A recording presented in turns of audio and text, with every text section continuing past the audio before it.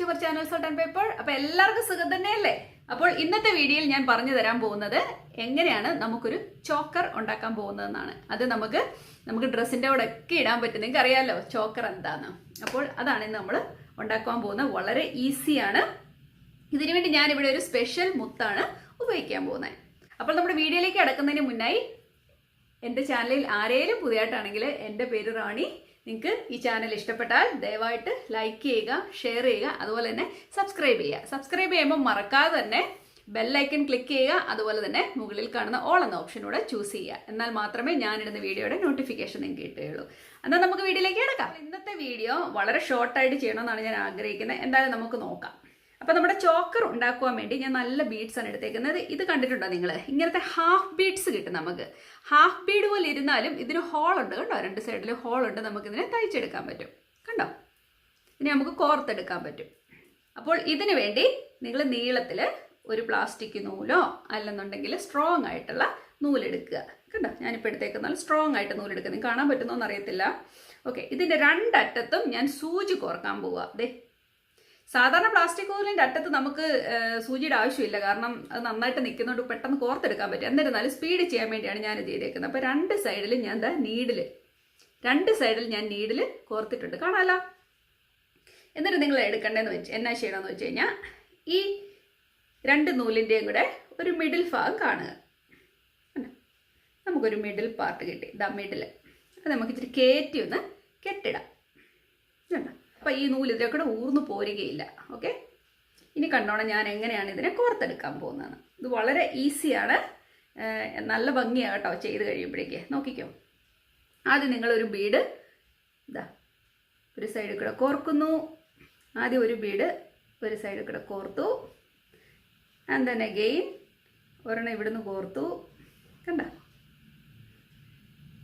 എന്നിട്ട് വീണ്ടും ഒരു മുത്തു കോർത്തിട്ട് എന്ത് ചെയ്യുന്നറിയാമോ? ഇത് കണ്ടോ, നമ്മളിതിനെ ക്രോസ് ചെയ്ത് അപ്പുറത്തോട്ട് ഇപ്പുറത്തോട്ട് വിടാൻ പോകും. ഇതിനെ തിന്നായിട്ടുള്ള സൂചിയാണെങ്കിൽ എളുപ്പമായിരിക്കും. ഞാനതുകൊണ്ടാണ് ഇങ്ങനെ ചെയ്യുന്നത്. ഇപ്പോൾ രണ്ട് സൈഡിൽ കൂടെ ഈ സൂചി കോർത്തിറക്കി ഒരു ട്രയാങ്കിൾ ഷേപ്പിൽ ഇപ്പോൾ എത്തി അല്ലേ, കാണാവോ? ഒരു ട്രയാങ്കിൾ ഷേപ്പിൽ ഇതെത്തി. വീണ്ടും ഇവിടുന്ന് ഒരെണ്ണം കോർത്തു. അതുപോലെ തന്നെ ഇവിടുന്ന് ഒരെണ്ണം കോർത്തു. രണ്ടുപേരും ഇവിടെ ഇരുന്ന് വർത്താനമൊക്കെ പറഞ്ഞിരുന്ന് കോർക്കുവാണെങ്കിൽ ഒന്നുകൂടെ എളുപ്പമായിരിക്കും, രസമായിരിക്കും കേട്ടോ. എല്ലാവർക്കും എൻജോയ് ചെയ്തിരുന്ന് ചെയ്യാൻ പറ്റും ഇത്. എന്നിട്ട് എന്ത് ചെയ്തു? രണ്ട് സൈഡ് നമ്മൾ കോർത്തില്ല, അങ്ങോട്ടും ഇങ്ങോട്ടും കോർത്തിറക്കി. എന്നിട്ട് ഇങ്ങനെ വലിക്കുക.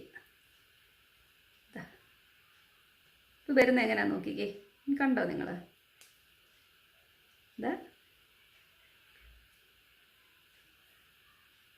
കണ്ടോ? പക്ഷേ എനിക്കാണെങ്കിൽ പ്ലാസ്റ്റിക് നൂലിൽ ഇഷ്ടം നല്ല സ്ട്രോങ് ആയിട്ടുള്ള നൂലാണ്. അതാകുമ്പോൾ നല്ല ഫ്ലെക്സിബിൾ ആയിട്ട് കിടക്കും, നല്ല ഒഴുകി കിടക്കും ഇത് കേട്ടോ. അപ്പോൾ നിങ്ങൾക്ക് എങ്ങനെ ചെയ്യേണ്ടത് മനസ്സിലായില്ലേ? എന്നാൽ ഞാനിത് മുഴുവൻ ചെയ്തിട്ട് വരട്ടെ. അപ്പോൾ നിങ്ങളും നിങ്ങളുടെ നൂല് കോർത്തുകൊണ്ടേ ഇരിക്കുക. ഓക്കെ, നമ്മുടെ ചോക്കർ ഉണ്ടാക്കി കഴിഞ്ഞിരിക്കുന്നു. എത്ര ഭംഗിയാന്ന് നോക്കി ഇത് ചെയ്തെടുത്തിട്ട്. വളരെ ലൈറ്റ് വെയിറ്റ് ആണ്. ഇത് ഫീൽ ചെയ്യാൻ തന്നെ നല്ല ഒരു സ്മൂത്ത് എഫക്റ്റ് ആണ്.